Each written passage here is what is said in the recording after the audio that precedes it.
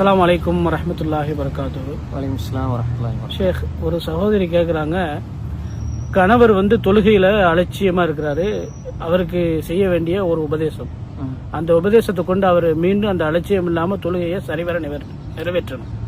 அதுக்கு என்ன புரிய? அதாவது மனைவி தொழுகிறாங்க, கணவன் தொழுகிறது இல்லை.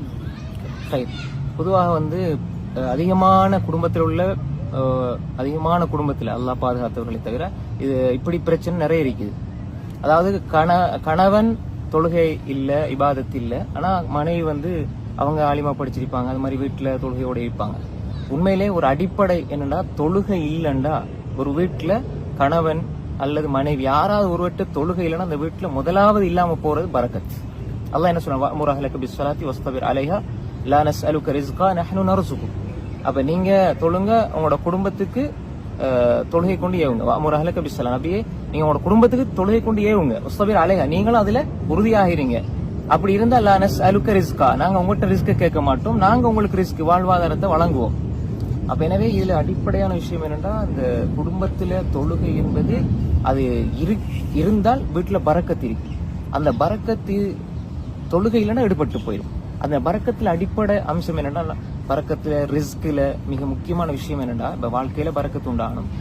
ரிஸ்க் அல்லாஹ் தரணும்னா, ரிஸ்க்ல பெரிய ரிஸ்க் என்னன்னு சொன்னால், உள்ளத்துக்கு கிடைக்கிற நிம்மதியும் கணவன் மனைவிக்கு மத்தியில உள்ள அன்பும் தான். அன்பு, அதன் மூலமா நிம்மதி. அப்ப இந்த ரெண்டும் எடுபட்டு போனா தொழுகையில எடுபட்டு போயிடும். நம்ம கணவன் ஏன் கோபப்படுறாரு, மனைவி ஏன் கோபப்படுறாங்க, குடும்ப வாழ்க்கையில நிம்மதி இல்ல, சந்தோஷம் இல்லன்னு நினைச்சிட்டு இருப்போம். அதுக்கு வேற வேற வழியில யோசிப்போம். ஆனா மெயின் பிரச்சனையா இருக்கிறது தொழுகையா இருக்கும். தொழுகையை சரியா வீட்டுல தொழுது அதன் மூலமா அல்லாட்ட துவா கேட்டாங்கண்டா நிச்சயமாக கணவன் மனைவிக்கு அல்லாஹ் அருள் செய்வான், அந்த குடும்பத்துக்கு அல்லாஹ் உதவி செய்வான். அப்ப எனவே தொழுகையினூடாகத்தான் குடும்பத்துல நிம்மதி, தொழுகையினூடாகத்தான் வாழ்க்கையில பரக்கத் என்பதை கணவன் உணரணும். வெளிநாட்டுல அங்க எங்க போயிட்டு கஷ்டப்பட்டு உழைப்பாங்க, எதுக்காக வேண்டி? குடும்பத்துக்கு, குடும்பம் நல்லா இருக்கணும். ஆனா தொலை இல்லைன்னா எப்படி குடும்பம் நல்லா இருக்கும்?